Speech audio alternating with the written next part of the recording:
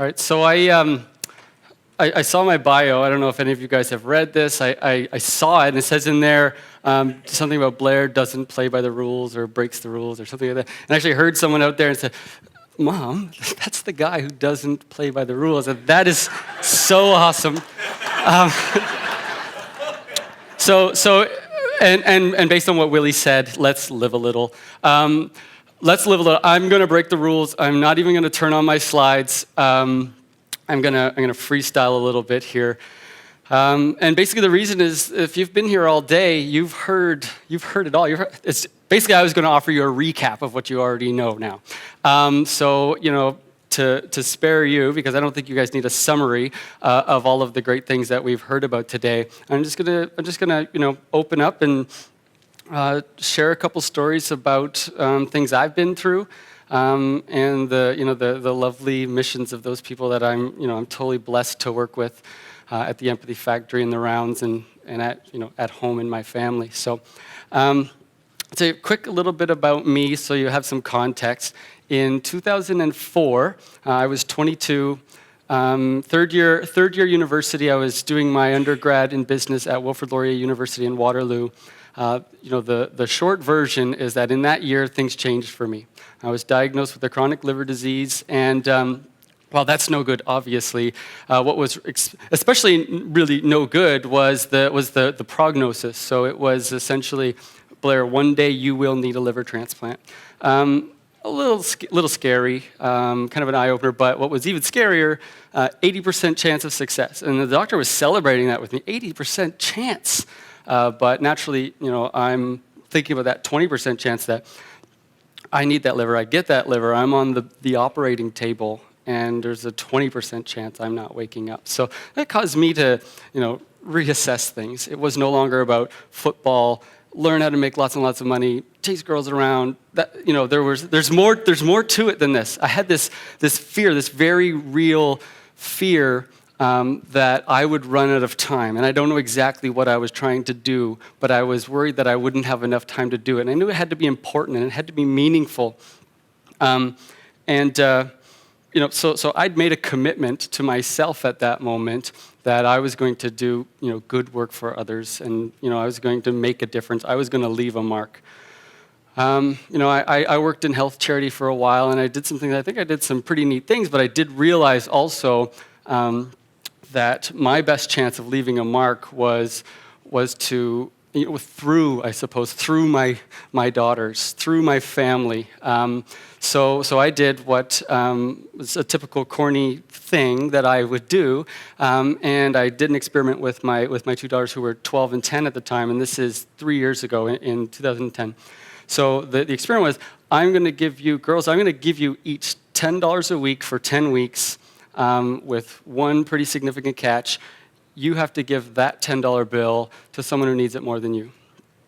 And right away, I don't know what I was trying to learn at this experiment, but I was interested. Right away, some of my suspicions were proven wrong. So they didn't roll their eyes. Imagine that. They didn't roll their eyes like, oh, this will be great.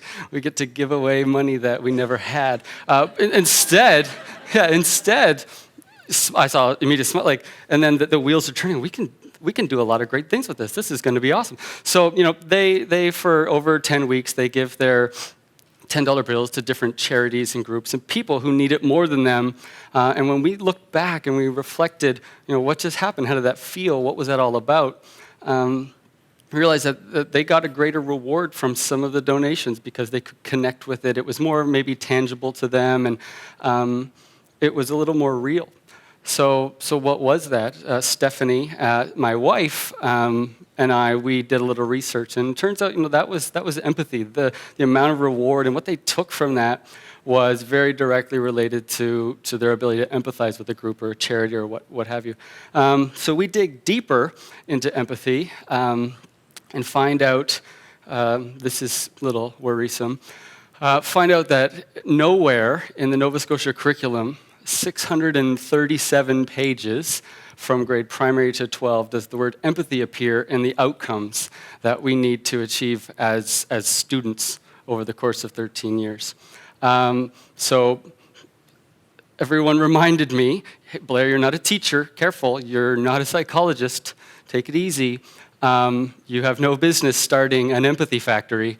But I basically looked at it and said, there's no way we're going to wait and hope somebody else notices, hope somebody else combs through 633 pages of curriculum to see that the word empathy doesn't appear one time.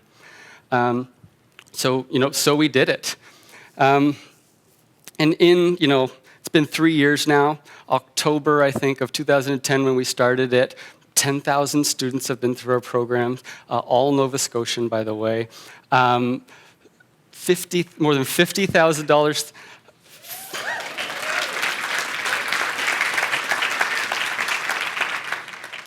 They've raised more than $50,000 for charities and causes and groups that mean something to them. We didn't tell them what to do. What I'm most proud of is the fact that they've actually given over 15,000 hours of their own time willingly to do good, to extend their empathy.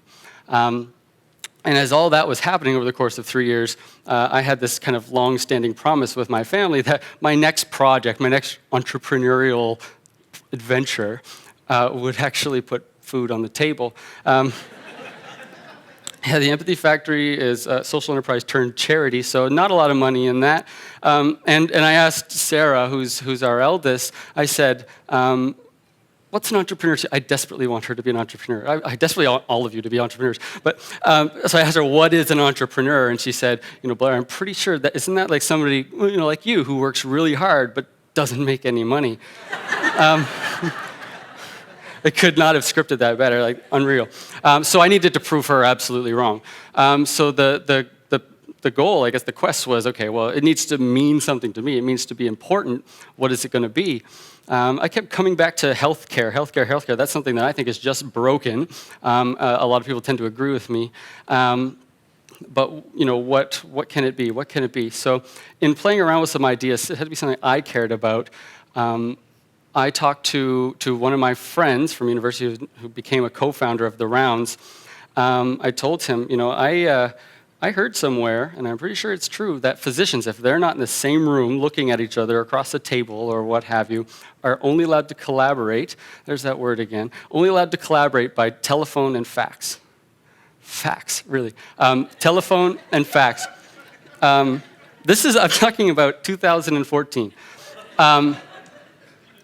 No emails, no texting, no Skype, phone and fax. And I had a conversation with a physician in San Francisco, and he was irate. He's like, listen, I wake up every morning, and I check Facebook before I even get out of bed on my phone. I tweet a picture of my breakfast. I check in at Starbucks on Foursquare, and I'm texting my wife at the red light on my way to the office. And then I get there, I get to the hospital, and I take my iPhone, goes in a drawer, and I grab my pager. I said, this can't be it. So that's what I set out to fix. Will and I set out to fix. And again, they challenged me. They said, are you qualified to do this? The people. Are you qualified to do this? Absolutely not. I'm not. I'm not a physician. I'm not a doctor. I'm not a software engineer or a coder. I don't know how to build anything. But it came down to the fact that this was too important not to do it.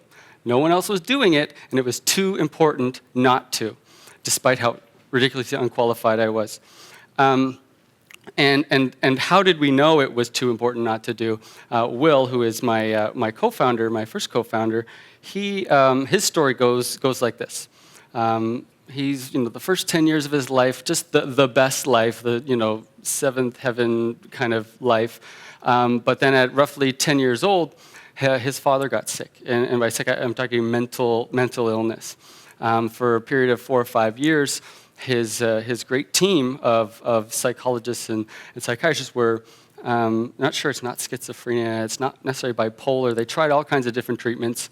Ultimately, Will's father ended up taking his life. He lost that battle.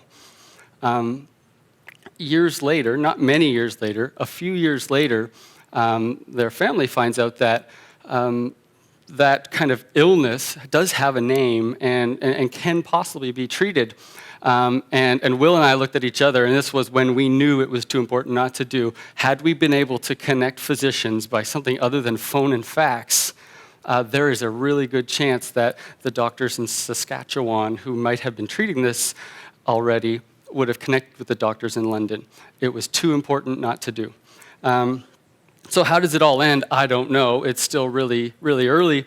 We officially launched February 3rd, so just over a month ago. We've already got 2% of Canadian physicians on the network in the rounds using it, collaborating. We saw in the last 30 days 27,000 physician-to-physician collaborations.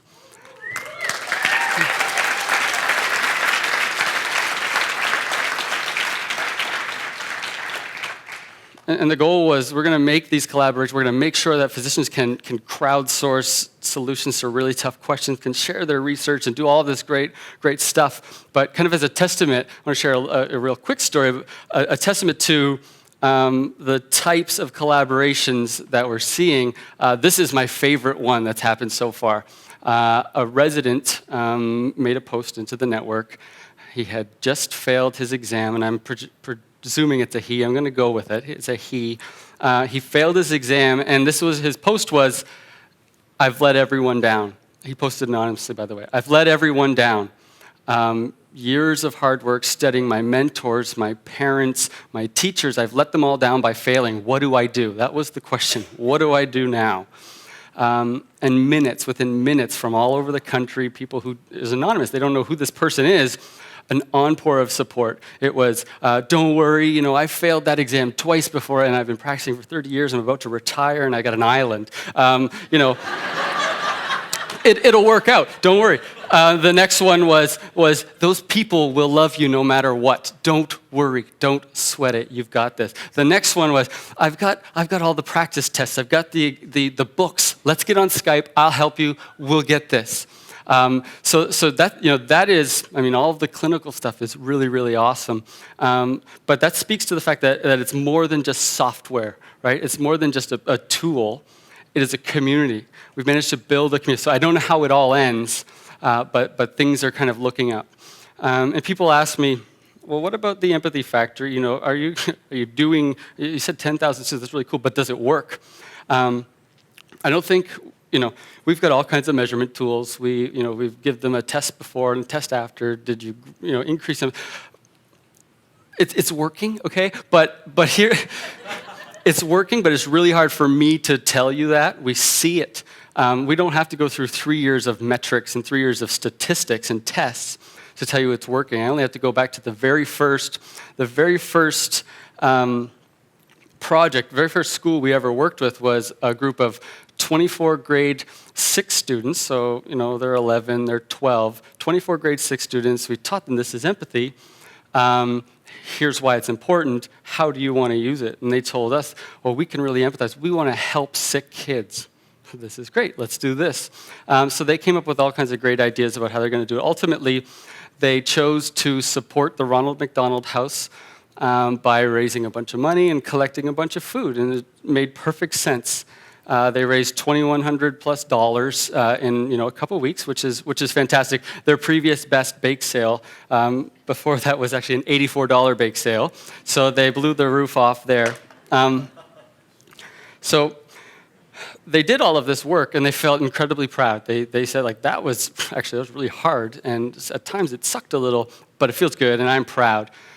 Somebody had the brilliant idea, though, that Blair, we want to see who we're helping. We want to connect with them. Oh, right, empathy. It's way easier if you can actually go connect with them. So we got them on a bus. We drove down to the Ronald McDonald House, and we kind of fired them into the foyer, the landing. It's about this size, a little smaller than this stage. 24 kids, 4 or 5 adults. We all, we're sure we'd be kind of greeted by the executive director or something to that effect, but we weren't. We were greeted by a young man, an 8-year-old. He walked up, and he was totally bald. None of us were really sure what was going on, but we've seen it often enough that we know that means he's sick. He's fighting something. At any rate, he came up bald, fighting something, but with the biggest smile you've ever seen.